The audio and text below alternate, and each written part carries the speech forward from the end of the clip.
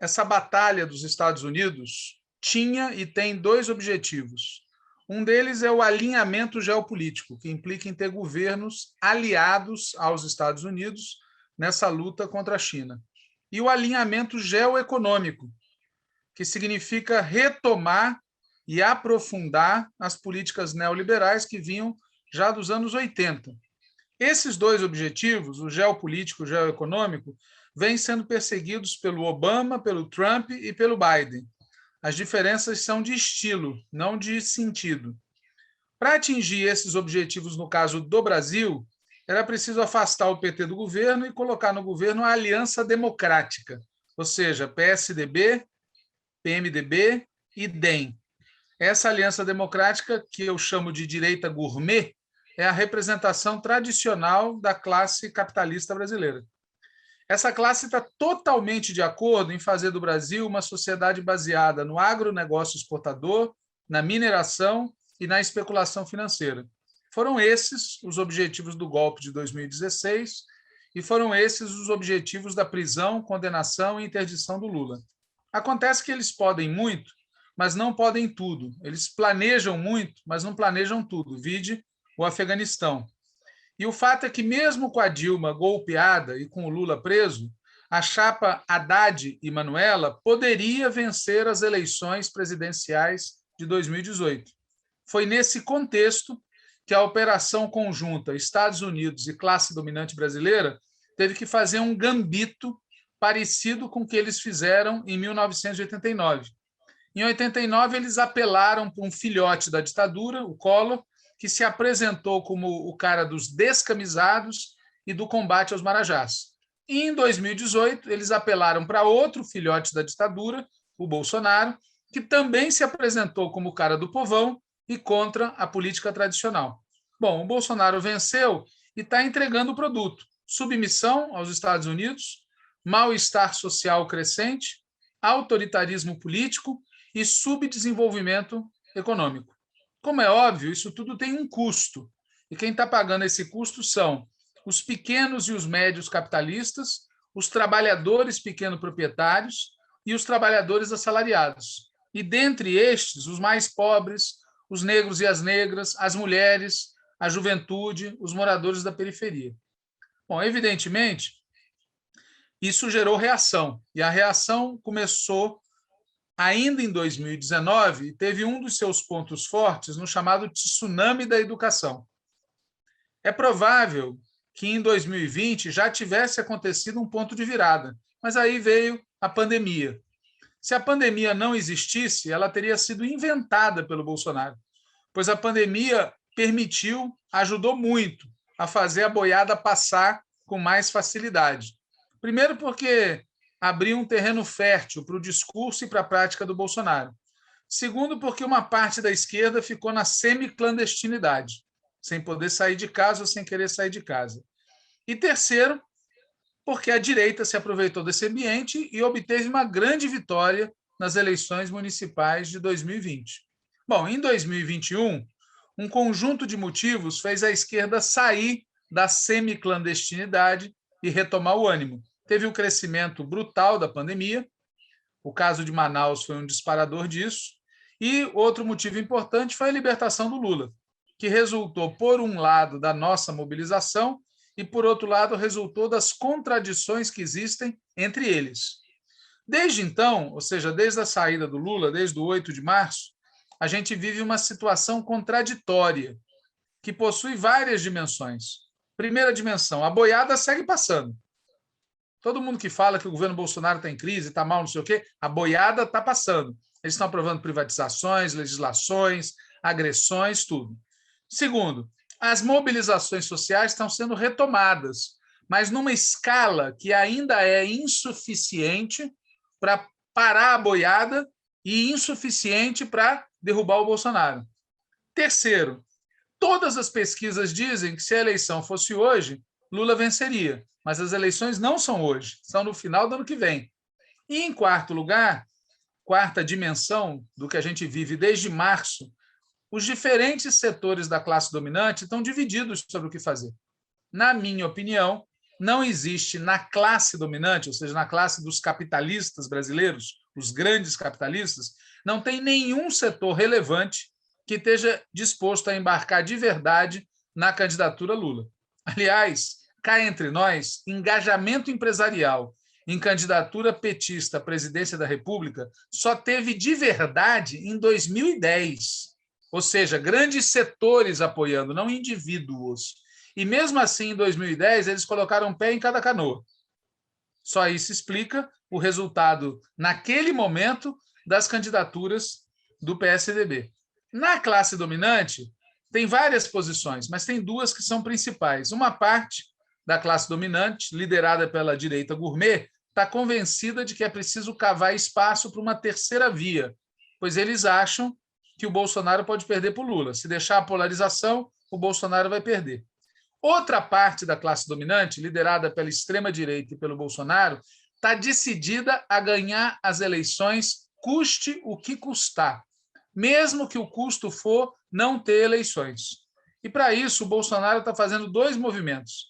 Por um lado, ele segue operando na política institucional tradicional, está mobilizando as instituições que ele controla ou na qual ele tem apoios, parlamentares, governadores, prefeitos, forças armadas, igrejas, setores do empresariado, o próprio governo federal, que está com muito dinheiro em caixa e vai usar esse dinheiro, aliás, já está usando eleitoralmente.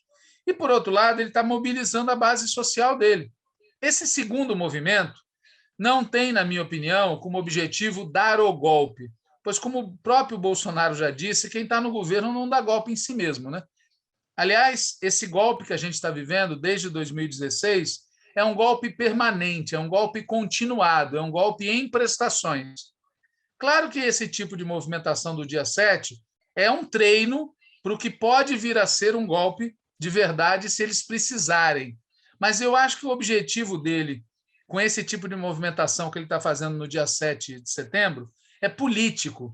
Primeiro, para demonstrar que ele tem força, que não está isolado, e ele quer fazer essa demonstração numa data simbólica, o 7 de setembro, e movimentando tropas, literalmente, e aquecendo a musculatura, né?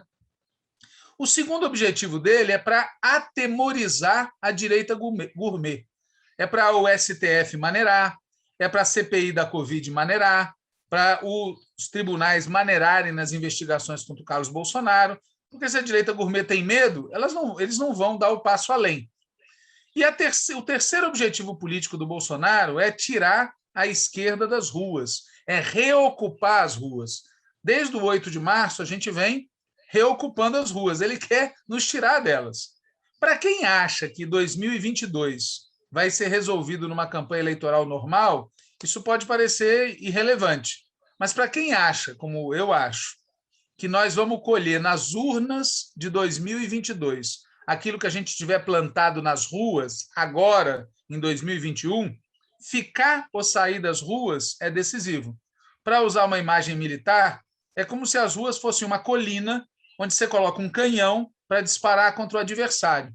Se eles nos tirarem das ruas agora no dia 7, eles vão obter 3 objetivos ao mesmo tempo. Eles vão se livrar dos tiros que a gente está dando neles, eles vão poder usar essa colina para atirar em nós, e eles vão ter a certeza de que, fazendo esse movimento de ameaça, eles vão nos tirar das ruas durante a campanha eleitoral. E nós já vimos em 2020 o que acontece quando a esquerda não consegue fazer campanha eleitoral nas ruas do jeito que precisa ser feito. Então, assim, no fundo, se a esquerda decidir majoritariamente não se mobilizar para o dia 7, a conclusão é que não precisa de golpe, basta fazer bu, sabe aqueles desenhos animados que o bicho faz bu, e a esquerda quer sair das ruas, não ir para as manifestações do dia 7.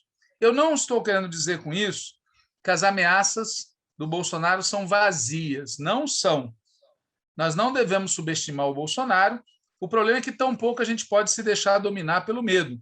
É preciso participar no dia 7 de setembro de forma organizada. Isso, para nós, é um treino do que vão ser os próximos meses, inclusive a campanha eleitoral, pois a campanha eleitoral não vai ser uma campanha normal. E eu queria usar o restante do meu tempo para falar desse tema, né? Nós temos que fazer uma campanha que permita ganhar as eleições, tomar posse e criar as condições para governar. E, para isso, a gente primeiro precisa ter clareza sobre o que está em jogo. Tem uma crise mundial, tem uma crise nacional, tem uma oposição de extrema-direita, tem muita divisão no seio do povo da esquerda. Segundo, a gente precisa ter clareza sobre nossos inimigos. Não é apenas o Bolsonaro, é a direita gourmet, é a classe capitalista e os Estados Unidos. E o medo que existe numa parte da esquerda de enfrentar, de confrontar, de derrotar. Terceiro, a gente precisa definir claramente nossa estratégia e nosso programa. Não é uma questão trivial. Nós precisamos fazer um governo que comece desmontando o que os caras fizeram a partir do golpe. Não é simples isso. Mas se a gente não tiver claro que é isso que a gente precisa fazer e ganhar apoio no povo para isso, obviamente nós não vamos conseguir fazer quando chegar lá. Quarto, nós temos que definir nossas alianças. Na minha opinião, a aliança principal é com o povo. E, para isso, o instrumento é uma frente popular de esquerda. Pode vir em outros setores? Pode, desde que estejam dispostos a apoiar o programa. Quer dizer, para mim não faz sentido imaginar que aqueles que aprovaram o teto de gastos, acabaram com o pré-sal, privatizaram a Eletrobras, estão privatizando os Correios, aprovaram a reforma trabalhista, aprovaram a reforma da Previdência, vão nos apoiar se o nosso compromisso for desfazer a reforma da Previdência, desfazer a reforma trabalhista, recuperar o pré-sal, reestatizar os Correios, a Eletrobras, etc. Então, o programa é que define as alianças, e não o contrário. Não é assim, para ganhar, eu preciso ter maioria numérica, eu vou fazer aliança com qualquer um. Não, é em torno de um programa. E, por fim, nós vamos ter uma tática eleitoral que é difícil de construir, porque a gente tem que ganhar a presidência e criar as condições para governar. Isso significa ampliar a presença no Congresso e nos governos estaduais. E sobre isso tem uma divergência, entre outras, na esquerda, entre aqueles que acham que a gente deve negociar já com aliados mais amplos e aqueles que acham que a gente tem que firmar agora candidaturas do campo da esquerda, ter candidaturas fortes nos estados fundamentais e negociar ano que vem, quando o cenário estiver mais claro, em alguns casos, se isso for útil. Ainda no terreno da tática eleitoral, a gente precisa de uma campanha de massa, uma campanha ao estilo do que foi em 1989, com comitês populares, com iniciativas próprias. Não podemos depender só da pessoa do Lula, ou só das redes sociais, ou só dos meios de comunicação. E, para encerrar, nós temos que ter clareza que a principal característica da conjuntura que eu descrevi é a instabilidade. Instabilidade. E que o lado de lá está disposto a tudo. Por exemplo, vão colocar o Lula na alça de mira, no sentido exato da palavra. Então, nós temos que manter pressão máxima também, pressão pelo fora Bolsonaro e pelo impeachment agora, pressão máxima em cima deles. E levar a sério essa ideia de que a esperança tem que vencer o medo e começar isso agora no dia 7, fazendo das manifestações do dia 7 uma demonstração mais do que de força numérica, uma demonstração de presença organizada, com presença organizada dos blocos, dos movimentos, dos partidos, dos sindicatos e com muito serviço de ordem, com muita disciplina na chegada e na saída, para mostrar, inclusive, para quem está acompanhando de fora esse embate, que nós também estamos dispostos a tudo para derrotar o neofascismo e o neoliberalismo, que nós não estamos brincando. Eu acho que é isso que eu queria falar para vocês assim nessa primeira fala. Obrigado.